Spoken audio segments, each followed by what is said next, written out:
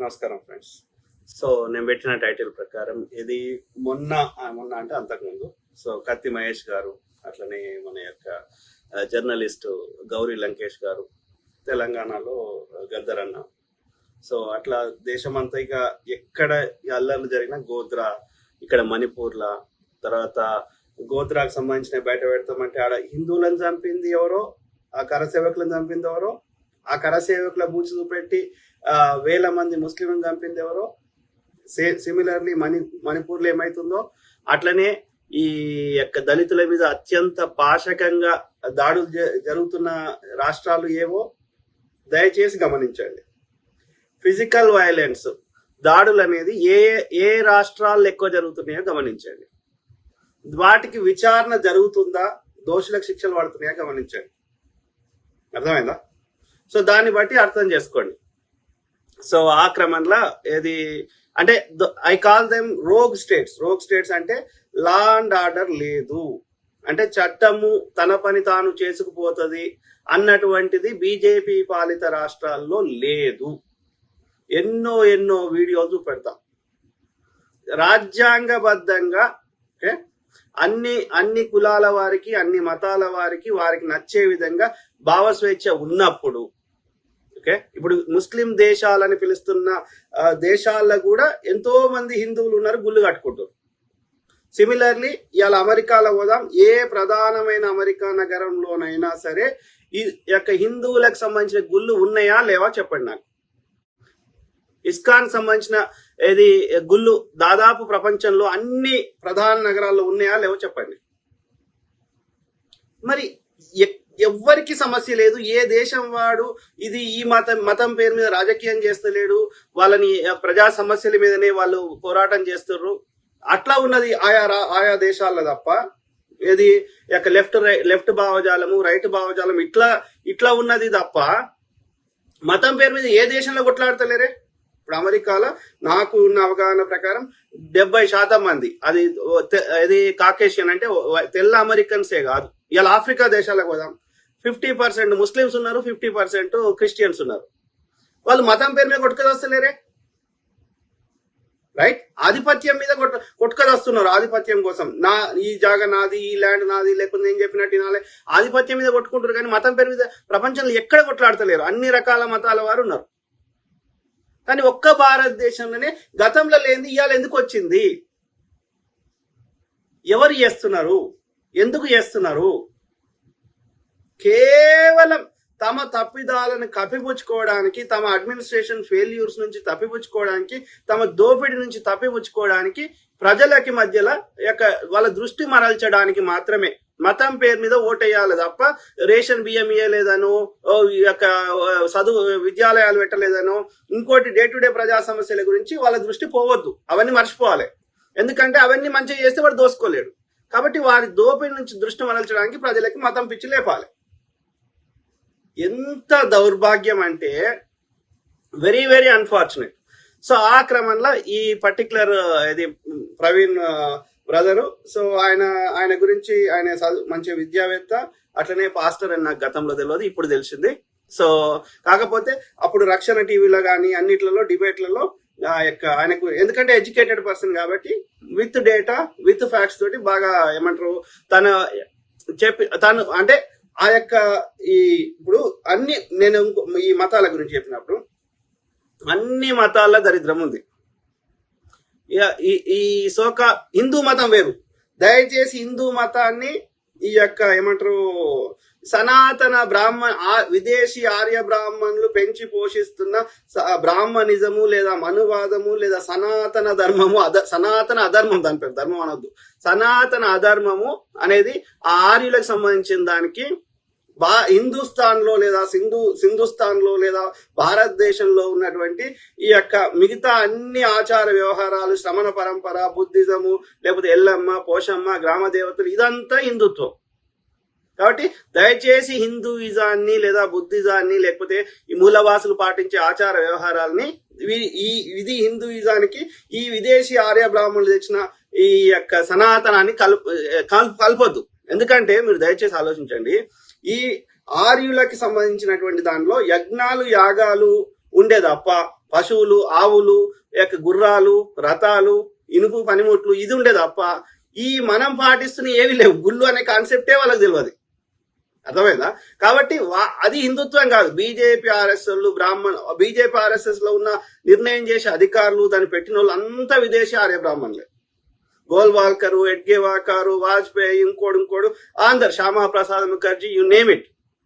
కాబట్టి వాళ్ళ పార్టీకి సంబంధించిన ద్రోహులు ఈ మూలవాసుల హిందూయిజాన్ని వాడుకుందాం అనేది వాళ్ళ పర్సనల్ కోసం చేస్తున్నారు.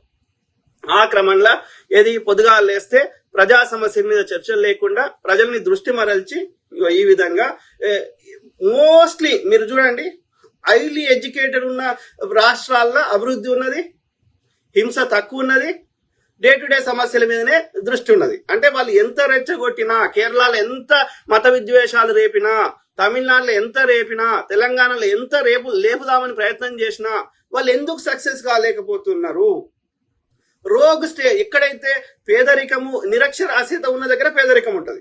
పేదరికము, నిరక్షరాస్యత ఉన్న దగ్గరనే మీరు చూడండి ఈ అడ్డమైన వాళ్ళని ఈజీగా ఎవరైనా పిచ్చోళ్ళని చేయగలుగుతారు. ఎందుకంటే వాళ్ళకి ఏ విషయం మీద అవగాహన లేదు, లేకపోతే సంపుతాము, లేకపోతే 4 పైసలు ఇస్తామంటే తొందరగా ప్రలోభాలకు లొంగుతారు. కాబట్టి ఈ రోగ్ స్టేట్స్ లోనే చదువుకోని యువత, వాడు మనమేమో పెన్ను ఇస్తే చదువుకోరా అంటే వాడు గన్ను ఇస్తున్నాడు.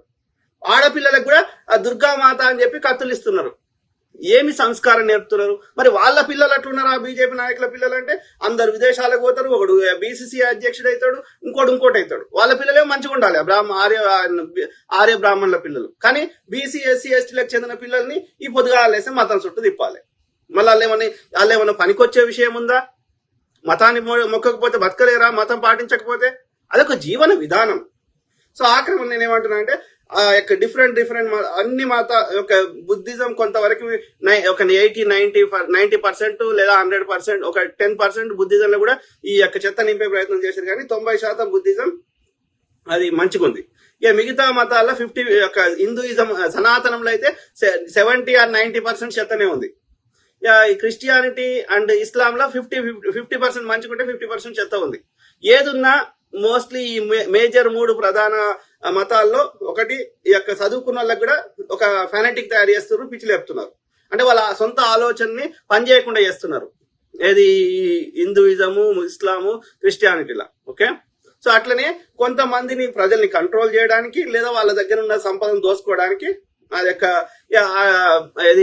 రకరకాలుగా వాళ్ళని అబ్యూజ్ చేస్తున్న వాళ్ళు ఈ 3 ఇస్లాంలో కొంచెం తక్కువ ఉంది. కానీ క్రిస్టియానిటీ అండ్ హిందూయిజం సనాతనంలో ఎక్కువ అబ్యూజ్ ఉన్నది.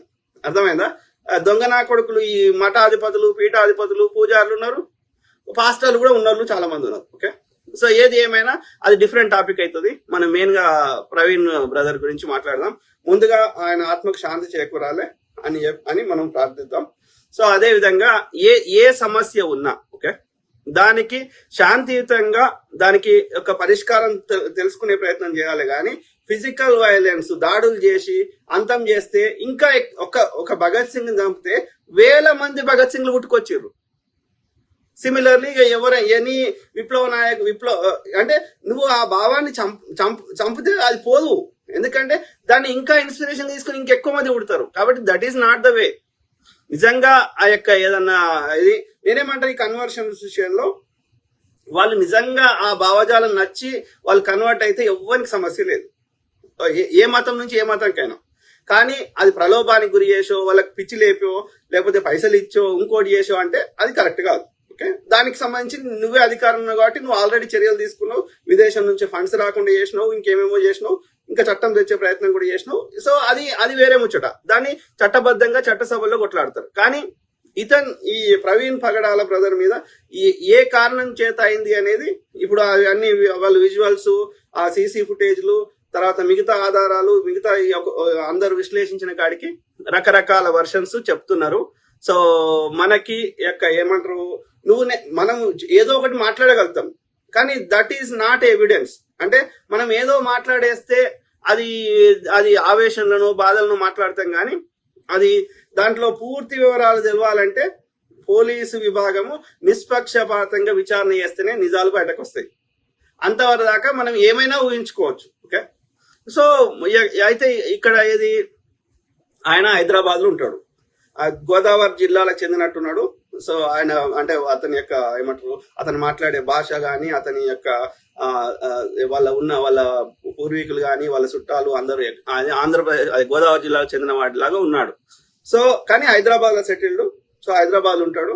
సో అన్ని విధాలా మంచి వెల్ సెటిల్డ్ అని అంటున్నారు. ఓకే, 200 మంది అనాథ పిల్లలకు కూడా ఇది తిండి పెడతాడు లేదా పోషిస్తాడు అని చెప్తున్నారు. సో ఆయన వ్యాపారాలు అది కూడా ఉన్నాయి అన్ని. అదే విధంగా పాస్టర్ చేస్తున్నాడు అని చెప్తున్నారు. సంతోషం. ఓకే, ఆయనకు నచ్చింది, ఆయన నమ్మింది 10 మందికి ప్రచారం చేస్తున్నాడు. అందులో నిజం అనిపిస్తే కొందరు ఆయన భావజాలానికి అట్రాక్ట్ అయితే కన్వర్ట్ అవుతుండొచ్చు. అది డిఫరెంట్ థింగ్. అతను చట్టపరంగా నేరం చేస్తే చట్టపరంగా చర్యలు తీసుకోవచ్చు.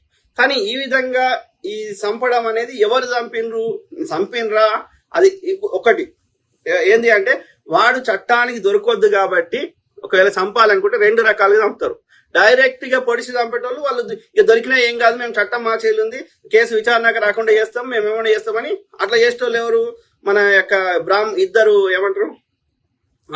న్యాయవాదులు నడి రోడ్డు మీద హత్య చేశారు కదా. సో ఏమైతే అది అయింది అని వాళ్ళు చంపేటోళ్ళు. మొన్న భూపాలపల్లిలో హత్య చేశారు కదా. సో అట్లా ఇక నడి రోడ్డు మీద బరి తెగించి చంపేటోళ్ళు. ఇక అది వేరే లెక్క. ఏది మేము ఏమైతే మా పగ తీర్చుకుంటాం, లేకపోతే మా చట్టంని మేము ఎట్లా చేస్తామని అట్లా చేసి ఇక చట్టాన్ని విచారణ రాకుండా చేసి అధికారాన్ని దుర్వినియోగం చేసి ఇక దాన్ని వేరే రకంగా ఎఫ్ఐఆర్ మార్చేసి ఇంకోటి అది వేరే ముచ్చట. ఏది అది దొరికేటట్టు చేసేది. కానీ ఇది దొరకకుండా చేసేది 2 రకాలుగా చేస్తారు, 2 లేదా 3 రకాలుగా చేస్తారు. ఒకటి ఏంటి అంటే యాక్సిడెంట్ చేస్తే అది న్యాచురల్ డెత్ కాబట్టి, అంటే ప్రకృతి పరంగా న్యాచురల్ గా అయింది కాబట్టి దానికి శిక్ష ఉండదు. రెండోది హాస్పిటల్ తీసుకుపోయి ఒక మంది ఇచ్చేది ఇంకో మంది ఇచ్చి డోస్ ఎక్కువ ఇచ్చి అదొకటి. లేదు అంటే ఈ సైకియాట్రిస్ట్ దగ్గర పోయి పిచ్చి మందులు వేసేసి వాళ్ళంతటా వాళ్ళ ఆత్మహత్య చేసుకుంటాడు చేయడం. ఈ రకాలుగా చేసే అవకాశాలు ఉన్నాయి. అర్థమైందా? సో ఈ క్రమంలో చూసినప్పుడు గద్దర్ అన్నదేమో ఆయన హాస్పిటల్లో తీసుకుపోయి అది చేసారు. ఎందుకంటే ఆయన రాహుల్ గాంధీ తోటి ఉండే వరకు ఆయన పాపులర్ అయితే మళ్ళీ బీజేపీ కాంగ్రెస్ పాపులారిటీ ఇంకా ఎక్కువ పెరుగుతుందని గద్దర్ అన్నని నేను రాను అంటే కూడా ఒక 15-20 సార్లు పిలిచి ఆ విధంగా ఆయనకు హాస్పిటల్లో ఒక డోస్ ఇచ్చేది, ఒక మంది ఇచ్చేది, ఇంకో మంది ఇచ్చి గద్దర్ అన్న అట్లా చేశారు. ఇక మిగతా అన్ని కేసులలో ఫేక్ యాక్సిడెంట్సే. యాక్సిడెంట్లలో ఒక 10% నిజంగా జెన్యున్ గా జరుగుతాయి. రాత్రిపూటనో ఆ యొక్క ఎర్లీ మార్నింగ్ చీకట్లనో పోయినప్పుడు అది ఆ చీకట్ల కనబడక ఆ పెద్ద వెహికల్స్ చిన్న వెహికల్స్ గుద్దే అవకాశం ఉంటుంది. పెద్ద వెహికల్స్ గుద్దుకున్నా లేకపోతే తాగి నడిపినప్పుడు జరిగే అవకాశం ఉంటుంది. అర్థమైందా? అది 10%. మిగిలిన 90% అది ఏమంటారు, హత్యలే. యాక్సిడెంట్ పేరు మీద హత్యలు చట్టం నుంచి తప్పించుకోవడానికి. సో ఆ క్రమంలో కత్తి మహేష్ అయితే ఆ పక్కకున్న డ్రైవర్ కు పక్కకున్న మనిషికి ఒక్క దెబ్బ తగలలేదు, కత్తి మహేష్ అయిపోయింది. అది ఎగ్జాక్ట్లీ కరెక్ట్. ఆయన ముందడికి పెద్ద వెహికల్ ఎట్లా వస్తుంది? అర్థమైందా? సో అది కంపల్సరీ హత్యనే. ఎందుకు కత్తి మహేష్ మీద అంత పగబెట్టిరు? రాముణ్ణి ఆయన ఏదో అన్నాడు, నాకు కరెక్ట్ గుర్తులేదు ఎగ్జాక్ట్ గా, అది అన్నాడు ఆ టీవీ స్టేషన్ లో. అప్పుడు ఆయన మీద పగబెట్టుకున్నారు. అర్థమైందా? ఈ బీజేపీ వాళ్ళు. ఎందుకంటే వాడు పొద్దుగాలేస్తే జై శ్రీరామ్ అనేవాటే, ఈయన వాళ్ళ మెయిన్ టార్గెట్ మీదనే కొట్టవాటే. సో కాబట్టి ఆయన మీద పగ పెట్టుకొని ఒక పథకం ప్రకారం ఈ జనసేనకు సంబంధించిన వాళ్ళు ఆ నెల్లూరు ప్రాంతంలో, నెల్లూరు నుంచి చెన్నై పోతుంటే చేసిర్రు. అయినా ఆయన బతికేటోడు. ఆయన ఈ పక్క ఆయనకి అంత దెబ్బలు తగలేదంటే ఆయనకు కూడా తగలలేదు.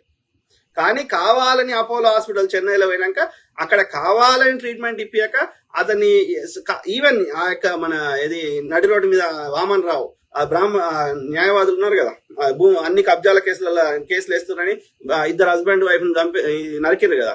అప్పుడు భార్య అప్పుడే చనిపోయింది, కానీ ఆ భర్త చనిపోలే. నాకు నీళ్ళు అని అడుగుతున్నాడంట. కావాలని నీళ్ళు ఇవ్వలేదు. హరీష్ రావు ఫోన్ చేసి మీరు ట్రీట్మెంట్ ఇవ్వద్దు అని చెప్పిండంట. Same thing with Kathi Mahesh గారు. సో చెన్నై అపోలో హాస్పిటల్లో ఉంటే ట్రీట్మెంట్ ఇవ్వద్దని ఇవ్వకుండా చంపేశారు. ఎందుకంటే ఆయన బతికి బయటకు వస్తే వాస్తవాలు బయటకు వచ్చే అవకాశం ఉంది కదా. అర్థమైందా? సో కాబట్టి అవి 100% హత్యలే కానీ విచారణ లేదు. ఇదైతే ఈ కేసు అయితే విచారణకు వస్తే లేదు. ఇప్పుడు భూపాల విచారణకు రాదు. ఈ యొక్క కత్తి మహేష్ ఏమో యాక్సిడెంట్ గా అది మార్చేసారు. అర్థమైందా? సో ఈ ప్రవీణ్ పగడాల కేసులో అది హత్యనా యాక్సిడెంట్ అనేది, ఎందుకంటే ఆయన కారు ఉంది, ధనవంతుడు, అన్ని ఉన్నాక ఆయన అర్ధరాత్రి ఒంటరిగా బైక్ మీద ఎందుకు పోతున్నాడు అనేది పెద్ద క్వశ్చన్ మార్క్ కదా. ఆయన డే టైంలో ట్రావెల్ చేయాలి. ఫస్ట్ థింగ్ అది పెద్ద తప్పు. ఓకే, తర్వాత ఒంటరిగా పోకుండా ఒక 2-3 ఫ్రెండ్స్ ని తీసుకొని పోవడంలో తప్పు లేదు. ఒంటరిగా అర్ధరాత్రి ఆ బైక్ మీద ఎందుకు నీకు అంత అవసరం ఏమొచ్చింది తెలియదు. Okay, so question mark. So దాంతో పాటు ఇక వాళ్ళు అక్కడ ఉన్న సీసీ ఫుటేజ్, 2 సీసీ ఫుటేజ్లు ఇచ్చిర్రు. ఒకటేమో ఎక్కడ మన కొవ్వూరు దగ్గర అది టోల్ గేట్ పాస్ అవుతున్నాడు, పక్కకు వెహికల్ ఉంది, ఆ పక్క నుంచి మెల్లగా పోయి అక్కడ నుంచి ముందుకు పోయిండు. సో ఇక మెల్లగా పోతున్నప్పుడు అది మెల్లగానే పోతారు కదా, అది కొంచెం దూరం పోయినాక ఫాస్ట్గా పోతారు కదా. సో కాబట్టి ఆ మెల్లగా పోయిన దానికి ఏం చెప్పలేం కానీ, కాకపోతే హెడ్ లైట్ అనేది పగిలి ఉంది. ఆ చనిపోయినప్పుడు పగిలే ఉంది, ఆయన చనిపోయిండు, ఆయన మీద వెహికల్ ఉంది, ఆ వెహికల్ కి హెడ్ లైట్ లేదు. అట్లనే ఆ కొవ్వూరు దగ్గర ఉన్న సీసీ ఫుటేజ్ లో హెడ్ లైట్ లేదు. మరి హైదరాబాద్ లో స్టార్ట్ అవుతున్నప్పుడు సీసీ ఫుటేజ్ ఉందా? ఆ సీసీ ఫుటేజ్ ఎప్పుడు ఆ యొక్క హెడ్ లైట్ ఎప్పుడు వలిగింది? అది స్టార్టింగ్ నుంచి లేదా, లేకపోతే మధ్యలో ఎక్కడైనా వలిగిందా? అది తెలవాలంటే అంతకుముందు ఉన్న సీసీ ఫుటేజ్లు మనకు కావాలి, లేకపోతే వాళ్ళ కుటుంబ సభ్యులను అడగాలి. అర్థమైందా? సో అది మరి హైదరాబాద్ నుంచి అంత దూరం ఎందుకు బైక్ మీద పోతున్నాడు ఆయన ఒకడు? ఆయన ఒక పాపులర్ పర్సనాలిటీ, ఆయనకు థ్రెట్ ఉంది అని తెలిసినాక కూడా ఎందుకు పోయిండు? ఇక భగవంతుని తెలవాలి. ఓకే, సో ఆ విధంగా ఇప్పుడు ఈ పూర్తి వివరాలు తెలవాలంటే ఆయన మిత్రులని, ఆయన కుటుంబ సభ్యులని, ఆయన ఎక్కడెక్కడ పోయిండు, ఆయన ఇంకోటి సెల్ ఫోన్ ఆయన సెల్ ఫోన్ మొత్తం ఈ ఫోరెన్సిక్ 2 రకాలుగా ఉంటుంది ఇన్వెస్టిగేషన్ లో. ఒకటి ఏంటి అంటే ఫోరెన్సిక్ విభాగం, అంటే వాళ్ళ ఫోరెన్సిక్ విభాగం ల్యాబ్ ద్వారా ఏంటంటే ఫోన్ కి ఫోరెన్సిక్ విభాగం ఉంటుంది, ఫోన్ ని ఫోరెన్సిక్ చేస్తారు. అట్లనే అక్కడ దొరికిన ప్రతి ఆధారానికి చేస్తారు, ఆ కట్టె కావచ్చు, ఇంకోటి కావచ్చు, రక్తం మరకలు కావచ్చు, ఇంకోటి కావచ్చు. అంటే అది దాంట్లో పూర్తి సమాచారం తెలుస్తుంది ఫోరెన్సిక్ రిపోర్ట్ లో. ఇక పోస్ట్ మార్టం అంటే ఏంటంటే శరీరం మీద ఏమైంది, శరీరం లోపల ఏమైంది, లేకపోతే శరీరం మీద అయింది, అది గాయాలైనయా, లేకపోతే ఇప్పుడు మెత్త అంటే దిండు ముఖం మీద పెట్టి చంపేశారు అనుకో, పోస్ట్ మార్టంలో తెలిసిపోతుంది. ఆ ఊపిరితిత్తులలో ఏమైంది, అది ఎందుకైంది, ఏమైంది, ఎవ్రీథింగ్ అది తెలిసిపోతుంది. అది న్యాచురల్ డెత్తా, లేకపోతే కావాలని అట్లా ఊపిరి బిగబట్టి చంపేసారా, ఇంకోటి తెలిసిపోతుంది. ఇప్పుడు గొంతు నిలిపి చంపారు అనుకో, గొంతు వీటి అచ్చులు కానీ, ఆ ఊపిరితిత్తులు జరిగే ప్రక్రియలు కానీ, రక్తంలో ఉండే టెస్టులు కానీ, ఎవ్రీథింగ్ తెలిసిపోతుంది. ఏది ఆ యొక్క హత్య చేస్తే శరీరం పోస్ట్ మార్టంలో చాలా వరకు తెలుస్తుంది. అది కాకుండా శవం చుట్టూ కానీ, ఆ పరిసర ప్రాంతాల్లో కానీ, ఇంకో దగ్గర కానీ ఆ యొక్క ఏమంటారు డిఎన్ఏ టెస్టులు ఉంటాయి కదా, ఆ డిఎన్ఏ టెస్టులు ఈ ఫోరెన్సిక్ దాంట్లో అన్ని తెలిసిపోతాయి. సో ఫోరెన్సిక్ లో కూడా ఆయన ఎవరితో మాట్లాడిండు, ఏ ప్రాంతాల నుంచి ఆయన ఎక్కడెక్కడికి పోయిండు, అది రోడ్డు మీదకి వెళ్ళి పోయిండా, రోడ్డు పక్కకి వెళ్ళి పోయిండా, ఇంకో దగ్గరికి పోయిండా, ఎవ్రీథింగ్ తెలిసిపోతుంది. అది కాకుండా ఆ టైం లోపల ఎప్పుడైతే ఆ కొవ్వూరు దాటిన తర్వాత నుంచి, లేకపోతే అంతకు మొత్తం ముఖ్యంగా ఆ యొక్క 2-3 గంటల ఆ ప్రాంతంలో ఎన్ని వెహికల్స్ ఆ ప్రాంతం నుంచి పోయినాయి. సో అవి వాటి డీటెయిల్స్ కావాలి. ఎందుకంటే అన్ని సీసీ కెమెరాలు ఉన్నాయి కాబట్టి వాటి బండి నంబర్ని బట్టి ఆ మొత్తం బండ్ల గురించి తెలిస్తే మనము ఎవరు అనుమానము ఎవరిది అయి ఉంటుంది అనేది తెలుసుకునే అవకాశం ఉంటుంది. అర్థమైందా? అంటే ఏం చెప్తున్నా, ఇది ఎవరు చేయగలుగుతారు? సామాన్యుల దగ్గర అవన్నీ సిస్టమ్స్ లేవు కదా. సీసీ ఫుటేజ్లు ఎవరి దగ్గర ఉంటాయి? గవర్నమెంట్ దగ్గర ఉంటాయి, రైట్? సో అట్లనే ఈ ఫోరెన్సిక్ ఇవన్నీ వ్యాలిడిటీ ఎవరు ఇస్తారు? నువ్వు నేను చేసేది కాదు కదా. ఆ శాంపుల్స్ అవన్నీ గవర్నమెంట్ కదా, పోలీసులే కదా కలెక్ట్ చేసేది. కాబట్టి ఇవన్నీ విచారణ తేలాలి. అంటే నిష్పక్షపాతంగా ఈ పోలీసులు కానీ, ఆ యొక్క ఇన్వెస్టిగేషన్ విభాగాలు కానీ చేసినప్పుడు నిజాలు బయటకు వచ్చే అవకాశం ఉంటుంది. అట్లనే వాళ్ళందరినీ ఇంటర్వ్యూలు కూడా చేస్తారు, దానికి సంబంధించిన వాళ్ళందరినీ. ఎవరికి ఫోన్ కాల్ పోయినాయి, ఏం మాట్లాడిర్రు, ఏమేం ప్లాన్ ఉండే, ఆయన ఏడికి పోదాం అనుకున్నాడు, ఏమైంది, ఎవ్రీథింగ్. నువ్వు నేను ఎన్ని చెప్పినా అది దానికి వ్యాలిడిటీ ఉండదు. ప్లస్ అది కంప్లీట్ ఇన్ఫర్మేషన్ కాదు, ఒక 1% ఇన్ఫర్మేషనే ఉంటుంది. కాబట్టి మనం కోరుకోవాల్సింది ఏంటంటే పోలీసులతోటి కొట్లాడి ఎందుకంటే మోస్ట్ ఆఫ్ ద కేసులలో ఏం చేస్తారంటే ఆ బీజేపీ కేంద్రంలో ఉన్నాడు కాబట్టి ఈ కేసులో ఏది యాక్సిడెంట్ గానే రాసేసేయరా అని చెప్పి అది కేసును క్లోజ్ చేసే ప్రయత్నం చేస్తారు. అర్థమైందా? దాన్ని ఇంకా ఈ ప్రత్యానుకో అది ఇంకా కాంప్లికేటెడ్ అవుతుంది. ఇప్పుడు అందరు మిగతా ప్రజలు, ముఖ్యంగా దళిత సంఘాలు కానీ, క్రిస్టియన్ సంఘాలు కానీ ఇంకా పెద్ద గొడవ చేస్తారు కాబట్టి అది ఇంకా పెద్ద ఇష్యూ అవుతుంది. కాబట్టి ఆ ఇష్యూ కింద కావద్దంటే దాన్ని యాక్సిడెంట్ కింద రాయించే అవకాశం ఉంటుంది. ఇవాళ ఇంత ఉన్న ఆవేశం ఒక 10 రోజులకో, 20 రోజులకో, 1 నెల రోజులకో ఉండదు. వాళ్ళకి తెలుసు, 6 నెలలకు మర్చిపోతారు. సో కాబట్టి 6 నెలల తర్వాత అది యాక్సిడెంట్ అని చెప్పేస్తారు, అయిపోయింది. సో అది ఎవడు ఇప్పుడున్న ఆవేశం ఉండదు. అర్థమైందా? 1 నెల రోజులకే ఉండదు, 10 రోజులకే ఉండదు.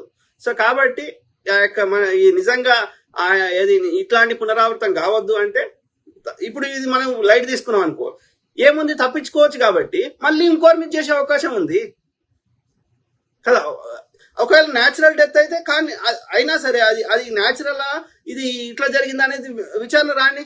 కాబట్టి వెనుకకు పోకుండా గట్టిగా ఈ విచారణ నిష్పక్షపాతంగా జరిగేటట్టుగా కొట్లాడాలి. మిగతా అన్ని సీసీ ఫుటేజ్లను ఇవ్వాలి. అట్లనే అని రెగ్యులర్ బేసిస్ ఎవ్రీ 2 days కి 3 days కి వాళ్ళు ప్రెస్ కాన్ఫరెన్స్ కి వచ్చి పోలీసులు కానీ ఇన్వెస్టిగేషన్ అధికారులు ఆ కేసు మీద అప్డేట్ ఇవ్వాలి. అర్థమైందా? ఈయన నిజంగా ఎవరైనా తప్పు చేస్తే వాడిని శిక్ష పడాల్సిందే. అర్థమైందా? ఇప్పుడు కాదు, ఉల్టా అనుకోండి.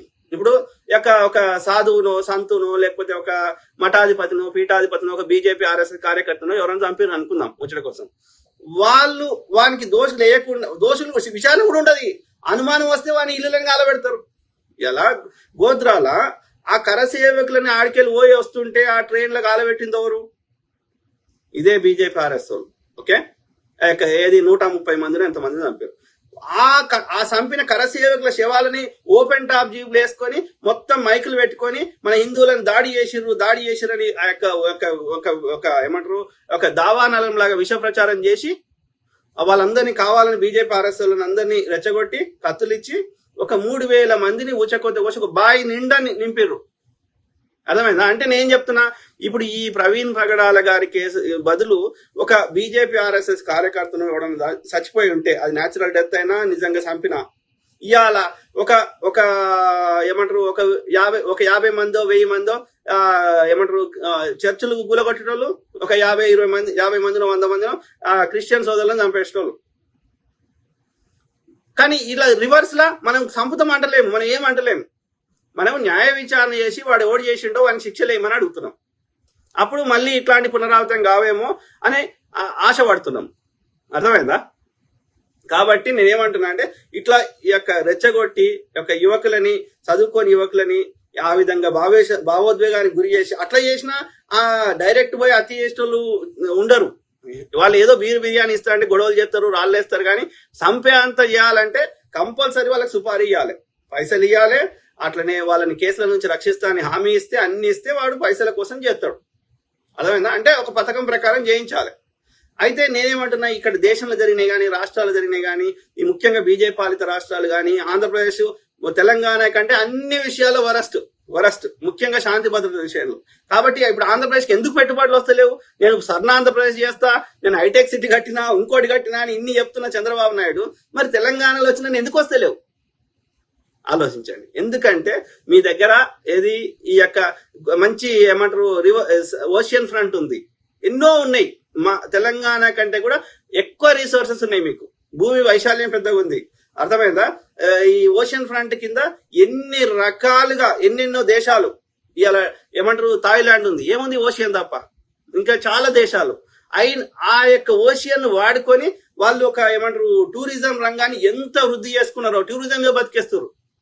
మరి ఇన్ని రిసోర్సెస్ ఆంధ్రప్రదేశ్ కున్నా ఎందుకు డెవలప్ అవుతలేదు? ఫస్ట్ టర్మ్ ఉన్నాడు చంద్రబాబు నాయుడు గారు, ఇప్పుడు వచ్చిండు. హైదరాబాద్ సైబరాబాద్ ఆయనే కట్టిండంట. కానీ మరి ఆంధ్రప్రదేశ్ ఎందుకు కట్టి చేయలేకపోతున్నాడు? కారణం ఏంటంటే అక్కడ కులం పిచ్చి, మహా పిచ్చి ఉంది. అట్లనే చదువుకోని వాళ్ళు ఎక్కువ ఉన్నారు, ఎడినా కొడుకులు ఎక్కువ ఉన్నారు. ఏమంటారు వాళ్ళని ఈజీగా ఫూల్స్ చేయొచ్చు. అట్లనే హింస, కిరాతకము, అరాచకము, విచ్చలవిడితనం ఉంది. ఇట్లాంటి జాగాలకు అంతెందుకు ఆంధ్రప్రదేశ్ సంబంధించిన వాళ్ళే ఓకే వాళ్ళ ఇండస్ట్రీస్ అన్ని హైదరాబాద్ లో తెలంగాణలో పెట్టుకున్నారు.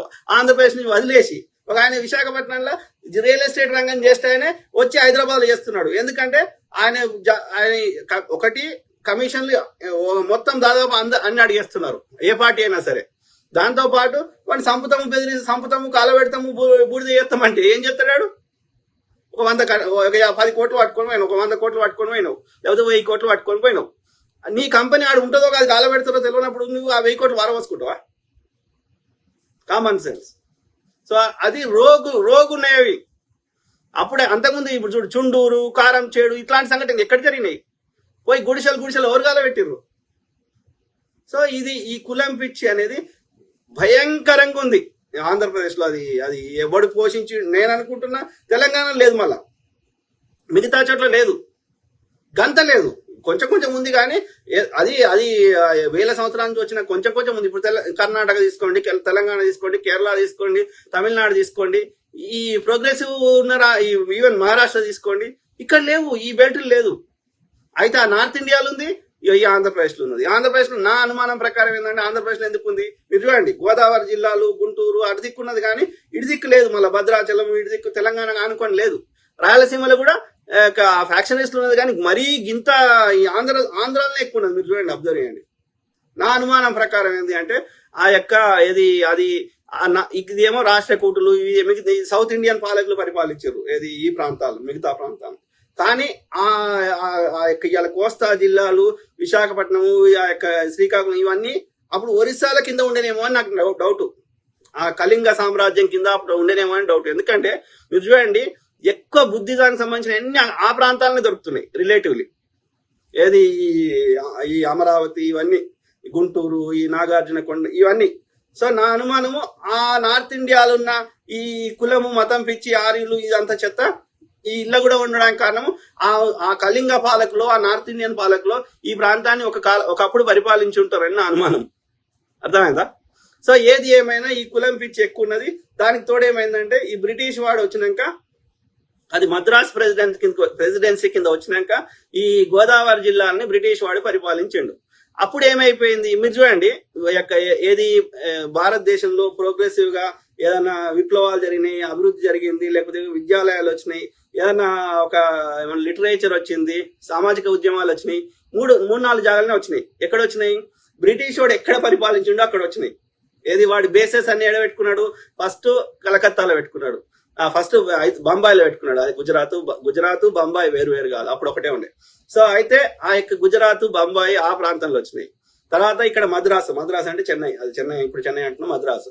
తర్వాత మద్రాసు ప్రెసిడెన్సీ కింద ఉండే ఆంధ్రప్రదేశ్, అట్లనే అటు వెస్ట్ బెంగాల్, కలకత్తా, ఈ ప్రాంతాలనే వచ్చినాయి. మీరు ఏదన్నా తీసుకోండి లిటరేచర్ కానీ, ఇలా అక్కడ రాజా రామ్మోహన్ రాయ్ కొట్లాడితే ఇక్కడ కందుకూరు వీరేశలింగం కొట్లాడిన ఆయన ఇన్స్పిరేషన్ తీసుకొని. తర్వాత మహారాష్ట్ర ఎందుకంటే చెప్పిన కదా బొంబాయి ఇదంతా. సో అంటే బ్రిటిష్ వాడి పుణ్యం వల్ల. సో ఆ వచ్చినప్పుడు ఈ బ్రాహ్మణుడు చేసే వివక్షని, ఈ యొక్క వీటన్నిటిని ఆ బ్రిటిష్ వాడు వీళ్ళకి రక్షణ కల్పించి వీళ్ళని ఎడ్యుకేట్ చేయడం వల్ల ఆ వివక్షను తట్టుకొని వాళ్ళు, మేము కూడా అందరి లెక్క సమానంగా బతకాలనుకుంటున్న వాళ్ళు కన్వర్ట్ కావడమో, లేకపోతే ఆ బ్రిటిష్ పాలసీని ఏమంటారు సర్ ఆర్థర్ కాటన్ సైజ్ ఎక్కడ కట్టిండు? గోదావరి జిల్లానే కదా. అంటే గోదావరి జిల్లాలో బ్రిటిష్ వాడి ఇన్ఫ్లుయెన్స్ చాలా ఉండే. అట్లనే మన యొక్క సికింద్రాబాద్, మన దగ్గర కూడా ఉన్నాయి కదా సికింద్రాబాద్, అన్ని యొక్క ఏమంటారు Christian machineries, Christian school, Wesley, ఇంకా ఏమో ఉన్నాయి కదా, సెయింట్ మేరీస్. ఎందుకు వచ్చినాయి సికింద్రాబాద్ లా? ఎందుకంటే అప్పుడు నిజాం గారు వాళ్ళ ఆర్మీని ఈయనకి సొంత ఆర్మీ లేకుండే నిజాంకి. కాబట్టి బ్రిటిష్ వాడు రక్షణ కల్పించాడు. వాళ్ళ యొక్క ఆర్మీకి వాళ్ళని ఆర్మీ ఉంచుకోవడానికి ఈ నగరం కట్టించండు సికింద్రాబాద్. సో ఆ విధంగా సికింద్రాబాద్ లో వాళ్ళు ఉన్నప్పుడు వాళ్ళకి మిషనరీస్ లో బెస్ట్ స్కూల్ ఎడ్యుకేషన్ ఇస్తామంటే, ఆ గోదావరి జిల్లాల నుంచి వచ్చి ఇక్కడ మంచి ఎడ్యుకేషన్ ఇస్తామంటే వచ్చి సెటిల్ అయిన వాళ్ళు చాలా మంది ఉన్నారు. ఇప్పుడు ఉంటారు, ఇప్పటికి కూడా ఉంటారు. East Marredpally, west Marredpally, Secunderabad, Andhra settlers చాలా మంది ఉంటారు. ఓకే, అయితే నేను ఏం చెప్తున్నా అంటే ఇక్కడ ఏది ఆ కన్వర్షన్ కారణాలు ఏంటి అంటే, ఎస్ మేము ఏమంటారు మంచి ఎడ్యుకేషన్ ఇస్తాము, ఇవన్నీ ఇలానేమో ఎప్పుడు బాగా దరిద్రంగా బతకాలి, ఈ యొక్క వివక్షకు బతకాలి, ఓ మంచి బట్ట కట్టుకోలేము, మంచి తిండి తినలేము, కాబట్టి వాడు అన్ని ఇస్తా అంటే పేదోళ్ళు పోయిన వాళ్ళు ఆ యొక్క ఏమంటారు ఆ నీచంగా బతకడానికి ఇష్టం లేని వాళ్ళు కన్వర్ట్ అయి ఉంటారు. సో కాబట్టి నువ్వు నేనేమంటున్నా, ఇప్పుడు కాదు ఎగ్జాంపుల్ చెప్తున్నా, ఇప్పుడు ఆఫ్రికాలో ఉన్నారు, ఎవరు ముస్లిమ్స్ ఉన్నారు, క్రిస్టియన్స్ ఉన్నారు. ఒక ఆఫ్రికా దేశంలో ఉన్న క్రిస్టియన్స్ ఇంకో ఆఫ్రికా దేశంలో ఉన్న క్రిస్టియన్స్ మా క్రిస్టియన్స్ కాబట్టి ఇక మీరు ఏం చేసినా చెప్తే వింటాం అంటున్నారా? క్రిస్టియన్ దేశాలు కొట్లాడుకుంటలేవా? అమెరికా క్రిస్టియన్ దేశము, అట్లనే యూరోప్ లో క్రిస్టియన్ దేశాలు, అట్లా అనేక దేశాలు ఉన్నాయి. ఇక అయితే వాళ్ళు ఇప్పుడు అమెరికా, రష్యా క్రిస్టియన్ దేశాలే కదా, మరి కొట్టుకుంటలేరా? అంటే ఏమంటున్నా, ఎవరు ఏ మతాన్ని వాళ్ళకి నచ్చింది మొక్కినా మనకు వచ్చే నష్టం లేదు. వాడు క్రిస్టియన్ భారతీయుడైనా, ఇస్లాం భారతీయుడైనా, హిందూ సనాతన భారతీయుడైనా, ఇంకో భారతీయుడైనా భారతీయుడే. నాస్తిక భారతీయుడైనా భారతీయుడే. కాబట్టి వ్యక్తిగతంగా పర్సనల్ గా మొక్కేదానికి అది నథింగ్. దాంట్లో గదే ఫోర్స్ఫుల్ కన్వర్షన్స్ కి చట్టం చేసుకరా ఒకవేళ బలవంతంగా ఎవరైనా రుద్దితే. అదర్ దాన్ దట్ ఎవరికి నచ్చిన దేవుని వాళ్ళు మొక్కుంటే దాంట్లో ఎవడు కాళ్ళు ఏళ్ళు పెట్టవద్దు. బీజేపీ అధికారం కావాలంటే అభివృద్ధి చేయరా నాయన, ఓకే, అభివృద్ధి చేయి, ప్రజలకి అన్ని కన్నతండ్రి లెక్క చూసుకో. అన్ని ఇప్పుడు కాదు మోడీ అనేట ఆయన యొక్క హిందువులకు ఏం చేస్తున్నాడు, హిందువులను నాశనం చేస్తున్నాడు. కానీ అన్ని మతాలకి ఆయన ప్రధాని, ప్రతి భారతీయునికి ఆయన ప్రధాని కదా. రాజ్యాంగం ప్రమాణం చేసిండు కదా, ప్రతి భారతీయుని కాపాడుతా అని. అది ముస్లిం అయినా, సిక్ అయినా, జొరాస్ట్రియన్ అయినా, హిందూ అయినా, ఇంకో ఆయన అయినా ముస్లిం అయినా కాపాడుతా అని ప్రమాణం చేసిండు కదా. రాజ్యాంగం తలకు ఎత్తి పెట్టుకున్నాడు కదా. Then talk about public issues, ఆలోచించారు మిత్రులారు. ఓకే, సో ఆ విధంగా నేను ఏం కోరుతున్నా ఈ ప్రవీణ్ పగడాల బ్రదర్ విషయంలో అంటే, ఇలాంటి పునరావృతంగా అంటే నిష్పక్షపాతంగా విచారణ చేసి మొండిపాటు పట్టాలి. ఆ విచారణ వచ్చినాక అప్పుడు దోషులు ఎవరు, దాని వెనకాల ఎవరు ఉన్నారు, దాన్ని బట్టి నెక్స్ట్ కార్యాచరణ అనేది ఆలోచించమని కోరుతున్నాను. ఓకే, రెండోది ఏం చెప్తున్నా అంటే, దయచేసి ఎవరైతే థ్రెట్ ఉంది, లేకపోతే ఎవరికైతే ఇంతో అంత పేరు ఉంది అన్న వాళ్ళు దయచేసి రాత్రి పూట ప్రయాణం చేయకండి. ఏదైనా అత్యవసరం ఉండి పోవాల్సి వస్తే 2-3 కలిసి పోండి. రెండోది, నైట్ పూట ప్రయాణం చేయకుండా డే టైంలో ప్రయాణం చేసే ప్రయత్నం చేయండి. అర్థమైందా? సో అంటే మన జాగ్రత్తలు మనం తీసుకుంటే రిలేటివ్లీ ఇట్లాంటి కొన్ని నివారించుకోవచ్చేమో అని ఇక ఇవన్నీ చేసినాక కూడా వాడు వచ్చి నడి రోడ్డు మీద హత్య చేసిపోతే ఇక అప్పుడు కొట్లాడాల్సిన విధానం వేరే ఉంటుంది. ఓకే, ఆలోచించాలి. కానీ ఇది మాత్రం ఇట్లాంటి హత్యలు ఇవన్నీ హిందూయిజంలో లేవు, ఇది హిందూయిజం కాదు. ఓకే, అందుకే అంటారు, మళ్ళీ చెప్తున్నా, ఈ ఆర్య బ్రాహ్మణులు వాళ్ళకి మాత్రమే ఉంది ఈ హింస చేసేది. ఎందుకంటే వాడి ఏమున్నా ఆడ ఏం లేదు, వాడి అక్కడ సిద్ధాంతం లేదు, లాజిక్ లేదు, ఏం లేదు. మీరు దయచేసి గుళ్ళకి పోయినప్పుడు కూడా వాడు ఈ సంస్కృతంలో చెప్తే దీని అర్థమైందిరా ఎప్పురా అని వాడిని మొండిపాటు పట్టుర్రి, తెలుగులో ఎప్పురా అని అడుగుర్రి. ఓకే, అర్థమైందా? అలా ఏది చదివినా గంతే ఉంది. బ్రాహ్మణుడు వాడు ముక్కులకెళ్ళి వచ్చిండు, వాడు పైన ఉండాలి కాబట్టి మిగతా వాళ్ళందరూ కింద ఉండాలి అనేది మన సిద్ధాంతం. వాడు ఆధిపత్యం కొనసాగాలి, ప్రజల సంపద కానీ అన్నిటి మీద వాడిదే అధికారం ఉండాలి, అధికారంలో వాళ్ళే ఉండాలి కాబట్టి మిగతా వాళ్ళందరూ కిందికి ఉండాలి కాబట్టి వాళ్ళని అన్ని రకాలుగా అణిచివేసే ప్రయత్నం చేస్తాడు. ఇదే ఎప్పుడు మొన్న ఎక్కడ అది మధ్యప్రదేశ్ ఒక బ్రాహ్మణుడు ఒక గిరిజనుడి మీద ఉచ్చబోసిండు, రైట్? ఆనెస్ట్గా చెప్పండి, మీ గుండె మీద చేసుకొని చెప్పండి, అదే బ్రాహ్మణుడు ఇంకో బ్రాహ్మణుడి మీద ఉచ్చబోస్తాడా చెప్పండి నాకు. ఆనెస్ట్గా చెప్పండి. ఏదో వాడు తాగిండు తాగిన్నా సరే పోతాడా? తాగిన్నా సరే వాడు భార్యను కాదని ఒకటే ఇంట్లోకి పోయి భార్యను కాదని తల్లిని ఇంకోటి చేస్తాడా?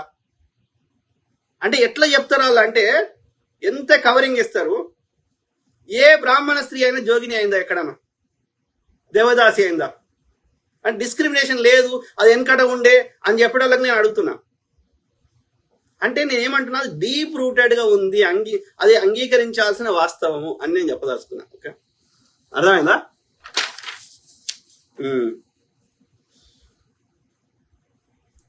ఇది ఇంకోటి ఏమంటున్నా అంటే, ఇట్లా దాడులు చేస్తే మీరు చూడండి, ఈ దాడులు చేసే ఆంధ్రప్రదేశ్ చెప్పినా అట్లనే ఉత్తర భారతదేశంలో ఏ రాష్ట్రం అన్న తీసుకోండి, దాడులు జరిగే దగ్గరికి ఏ పెట్టుబడి రాడు, పెట్టుబడిదారు రాకపోతే అభివృద్ధి జరగదు, ప్రజలకి పని కల్పించబడదు, పేదరికం ఉంటది, నిరక్షరాస్యత ఉంటది, వాళ్ళు గట్టనే బతకాల్సి వస్తుంది, ఎవడో దొడ్డు రేషన్ బియ్యం ఇచ్చే తప్ప వాడికి డే టు డే బతుకుదరు నడవదు. కాబట్టి ఆ పరిస్థితి రావద్దు అంటే అన్నిటికంటే ముఖ్యమైనది లా అండ్ ఆర్డర్ ఉండాల్సిందే, శాంతి భద్రతలు ఉండాల్సిందే. అర్థమైందా? లేకపోతే ఇప్పుడు చూడండి, మీరు ఆంధ్రాకి సంబంధించిన వాళ్ళు వ్యాపారస్తులు ఇంతో అంతో వాళ్ళు ఏమి శాతం ఎక్కడికి పోలేని వాళ్ళు మాత్రమే ఆంధ్రప్రదేశ్లో ఉన్నారు. ఇంతో అంతో ఏమంటారు వాళ్ళు పైకి పోవాలనుకున్న వాళ్ళు, ఆధిపత్య ధోరణి ఉన్న వాళ్ళు, లేకపోతే మాతోటి ఏమి కాదనుకున్న వాళ్ళు మాత్రం, అంటే అత్యంత పేదవాళ్ళు కానీ ఇక మేము వాళ్ళని చంపైనా సరే మేము వాళ్ళ శవాల మీద మేము రాజ్యం వెళ్తాం అనుకునేటోళ్ళు, ఆధిపత్యం చేసేటోళ్ళు, రౌడీ ఇట్లాంటి వాళ్ళు తప్ప మెజారిటీ ఈ గొడవలు వద్దు, మేము మంచిగా బతకాలనుకున్న వాళ్ళందరూ ఆంధ్రప్రదేశ్ చేసి వెళ్ళిపోయారు. అమెరికాకు పోయిర్రు, లేకపోతే చెన్నైలో ఉన్నారు, లేకపోతే తెలంగాణ హైదరాబాద్లో ఉన్నారు. ఎందుకున్నారు? ఆంధ్రాలు ఇప్పుడు సంక్రాంతి వస్తే అందరూ పోతారు. మళ్ళా అట్లాంటి వాళ్ళు మెజారిటీ హైదరాబాద్లో ఎందుకున్నారు? ఐటీ మీరు గచ్చిబౌలి ఇవన్నీ చూడండి, ఈ Nanakram Guda, Gachibowli, Madhapur, Jubilee Hills, Banjara Hills, Dilsukh Nagar, Kothapet, గిత్తపేట అంతా హైదరాబాద్ మొత్తం ఓల్డ్ సిటీ కొన్ని ప్రాంతాలు తీసేస్తే మోర్ దాన్ 50% దాకా ఆంధ్రలో దాదాపు ఉన్నారు. అన్ని మేజర్ ప్రైమ్ లొకేషన్స్ అన్ని. ఎందుకు అట్లాంటి హైదరాబాద్ లాంటి నగరాన్ని మరి ఆడ చెన్నై ఉంది, బెంగళూరు ఉంది, ఇంకోటి ఉన్నప్పుడు ఆంధ్రప్రదేశ్ ఎందుకు కట్టుకోలేకపోతున్నారు? మీకు ఇంత టాలెంట్ ఉంటే కారణం ఏంది అంటే మీ లోపల ఇది ఏమంటారు ఈ కుల పిచ్చిని అరాచకాన్ని కంట్రోల్ చేసే శక్తి లేదు, మీకు తెలుసు. కాబట్టి ఇక మీరు పండుగ పబ్బానికి ఆడికి పోవాల్సిందే. కానీ ఈడ మీకు రక్షణ ఉంది, తెలంగాణలో కానీ, చెన్నైలో కానీ, ఇంకో అమెరికాలో కానీ. ఆంధ్రప్రదేశ్ లేదు. మీకు ఇప్పుడు రామోజీ ఫిల్మ్ సిటీ ఆయన కానీ, ఇంకో ఆయన రామానాయుడు కానీ ఆడ పెడతా అని ట్రై చేసి ఆడ మేము మీకు ఏం కావాలన్నా ఇస్తాం రమ్మని అడుగుతారు. చంద్రబాబు నాయుడు అడిగిండు, జగన్ గారు అడిగారు, అయినా ఎవరు పోతలేరు. అప్పుడు చెన్నైలో ఉండి ఆ సినిమాలు తీసిర్రు ఎన్టీఆర్ గారు వీళ్ళందరూ. కానీ ఆంధ్రప్రదేశ్లో ఏనాడు వాళ్ళు ప్రయత్నం చేయలేదు, చేయరు కూడా. ఎందుకంటే మీ డిఎన్ఏలో లోపం ఉంది. ఓకే, మీకు అరాచకం ఎక్కువ ఉంది, అర్థమైందా? అది సో అది మిత్రులారు. ఇక అట్లనే ఇక బీజేపీ గురించి ఎంత నీచులు అంటే ఇక వాళ్ళంతా గలీజ్ నా కొడుకులు ఈ భూమి మీద లేరు. ఓకే, ఇవాళ ఏది ఆ నక్సలైట్లను ఏరివేస్తామని చెప్పి ఎవరు నిజంగా వాళ్ళు అసలు వాళ్ళ ఉనికే తగ్గిపోయింది. ఓకే, ఒకప్పుడు ఉన్నట్టు లేదు. వాళ్ళందరూ కూడా చాలా మంది జనజీవన స్రవంతులు కలిసిపోయారు. దాదాపు అందరూ ఏమంటారు వాళ్ళు సిద్ధాంతపరంగా కొట్లాడుతున్నారు తప్ప ఆయుధాలు పట్టుకొని నక్సలైట్ ఈ మధ్య అది బంద్ అయిపోయింది. అయినప్పటికీ ఎందుకంటే వాళ్ళ మెజారిటీ లీడర్లు ఎప్పుడో చచ్చిపోయారు, ప్లస్ ప్రజల లోపల కూడా ఒకప్పుడు ఉన్నంత పేదరికం లేదు, ఒక డిఫరెంట్ అయిపోయింది. అయినా సరే ఇప్పుడు వాళ్ళ గిరిజనులను అందరిని పట్టుకొని నక్సలైట్ల పేరు మీద గిరిజనులను చంపేస్తున్నారు. ఎందుకని? ఆ గిరిజనుల కింద ఉన్న భూములు గనులు కొట్టేయడానికి. ఎందుకంటే ఆ గనులను తీసుకోవనిస్తలేరు అదాని అంబానికి. కాబట్టి ఆ గనులను తీసుకోవడానికి ఈ యొక్క గిరిజనులను చంపేస్తున్నారు. ఈ యొక్క ఆపరేషన్ ఏదో పెట్టిండు కదా, నా పేరు మర్చిపోతుంది, కగార్. సో ఇట్లా నడుస్తున్నది. ఇక 20 ఏళ్ల కింద ఏదో మాట్లాడిందని అరుంధర అట్లా ఎవ్వరు కమ్యూనిస్ట్ వాళ్ళు లేకపోతే ప్రశ్నించేటోడు ఎవరు భారతదేశంలో? అందరు తీసుకోబోతున్నాడు, జైల్లో పెడుతున్నాడు. ఇక చచ్చిపోతారనగా వదిలేస్తున్నాడు. ఆయన జైల్లో చచ్చిపోతే ఇంకా ఉద్యమాలు ఎక్కువైతాయి, గొడవ చేస్తారని చెప్పి ప్రొఫెసర్ సాయిబాబాని చచ్చిపోయే స్థాయికి వచ్చిండని వదిలేసిర్రు వరవరరావు గారు. ఎందుకంటే జైల్లో చచ్చిపోతే ఇంకా పెద్ద గొడవలు అయితే. ఎంత నీచం రాయ్యా అంటే నువ్వు వాళ్ళ సిద్ధాంతము వాళ్ళ న్యాయం మాట్లాడితే నువ్వు వాళ్ళని ఏమంటారు జైల్లో పెడుతున్నావు, తప్పుడు కేసులు పెడుతున్నావు, జర్నలిస్ట్ని అంటే ఎంత పిరికినా కొడుకు నువ్వు. బీజేపీ ఆర్ఎస్ అంటున్నా ఆ బ్రాహ్మణ్ని, ఆర్య బ్రాహ్మణ్ని ఎంత పిరికినా కొడుకురా, నిజాన్ని తట్టుకోలేకపోతున్నావు నువ్వు. ఎవడన్నా సమస్య ఉంటే వాడి న్యాయం మాట్లాడితే వాడిని పిలిచి వానితో చర్చించి వాడి సమస్యకు పరిష్కారం చూపెడతారు. కానీ నువ్వు జైల్లో పెడుతున్నావు ఇంకోటి అకారణంగా తప్పుడు కేసులు బనాయించి అంటే నువ్వు నిజాన్ని తట్టుకోలేకపోతున్నావు, పిరికి సన్నాసివి. Very unfortunate. అట్లా ఆయన గోద్రాది మోడీ చేయించిండు, గ్రౌండ్ లో పోలీసులు ఉంచొద్దు అంటే ఆ నిజం తెలుస్తుందని ఆ అప్పుడున్న హోంశాఖ మంత్రి అయినటువంటి హిరేన్ పాండ్యాని చంపించినావు.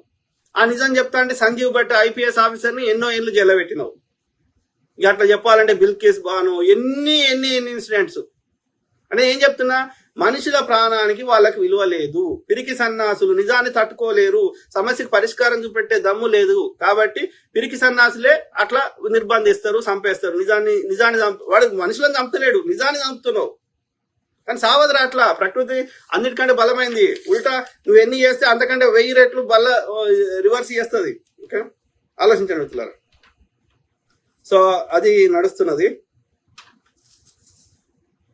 కాబట్టి దాదాపు చాలా వరకు నేను అంటే ఇష్యూ బేస్డ్ గా మాట్లాడినా. ఈ పర్టికులర్ ఇన్సిడెంట్ అంటే అదే మనం విచారణ కోరుకుందాం.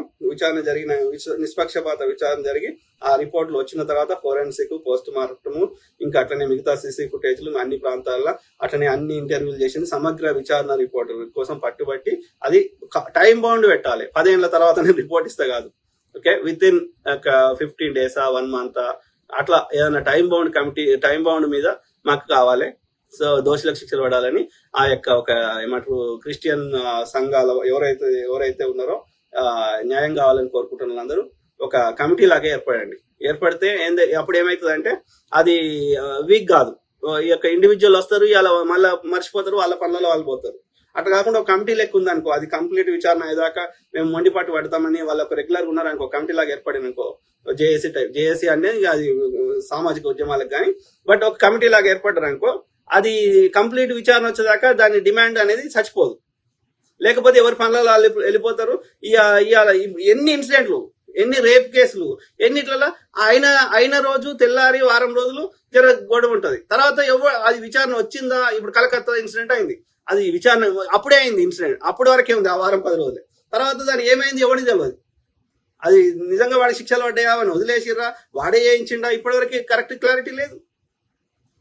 కాబట్టి నిజంగా ఒక జెన్యున్ గా ఏదన్నా దానికి పూర్తిగా మనకి విచారణ జరిగి దోషులకు శిక్షలు పడి ఈ కేసే కాదు, ఏ కేసులలో అయినా కావాలనుకుంటే సామాజిక కార్యకర్తలు కానీ ఒక కమిటీ లాగా ఏర్పడి ఎవ్రీ వీక్ వాళ్ళు ఒక మీటింగ్ పెట్టుకొని అన్ని దేశంలో జరిగే అన్ని ఇన్సిడెంట్స్ మీద వాళ్ళు పిల్లులు వేసి, లేకపోతే ఆ కోర్టుల కేసులు వేసి వాటికి రెగ్యులర్ గా ప్రెస్ కాన్ఫరెన్స్ కి వచ్చి డిమాండ్ చేస్తూ ఆ ప్రతి దానికి నిష్పక్షపాత అప్డేట్ వచ్చేదాకా వాళ్ళు రెగ్యులర్ గా ఆ విషయాన్ని మర్చిపోకుండా కొట్లాడితే వాటికి ఈ కొంతమైన న్యాయం జరిగే అవకాశం ఉంటుంది. కాబట్టి నిజంగా సమాజాన్ని మేలుకోరే వాళ్ళు ఒక కమిటీకి ఏర్పడి ఒక ఆర్గనైజేషన్ కింద ఎట్లా వస్తారో నాకు తెలియదు.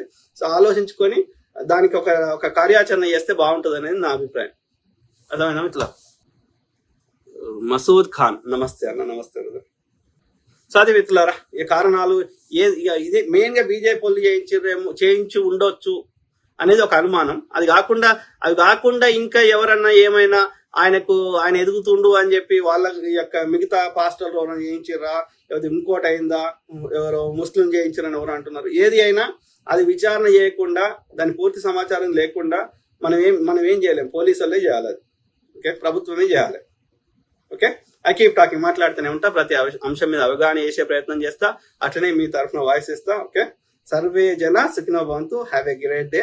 Okay, take care. బాయ్.